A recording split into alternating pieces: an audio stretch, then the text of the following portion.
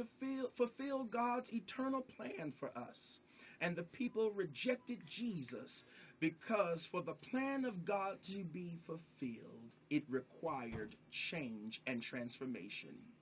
Brothers and sisters, we must learn to take full advantage of the seasons that God gives us.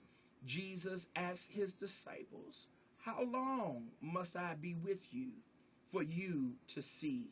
The ecclesiastical writer reminds us each and every day of our lives. To everything there is a time and a season for every purpose and activity under heaven.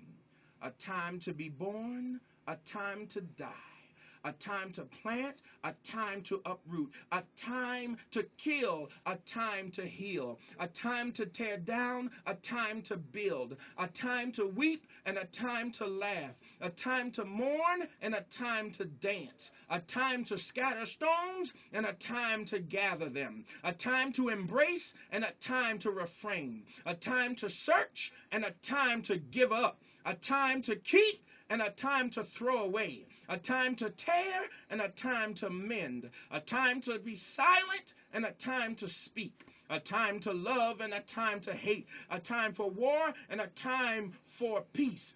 And I like verse 11 there in Ecclesiastes, the 3rd chapter.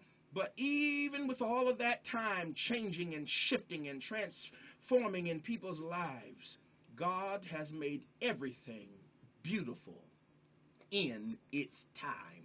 So don't you worry. Just learn how to let go and let God and live in the seasons that God has orchestrated and ordained for you.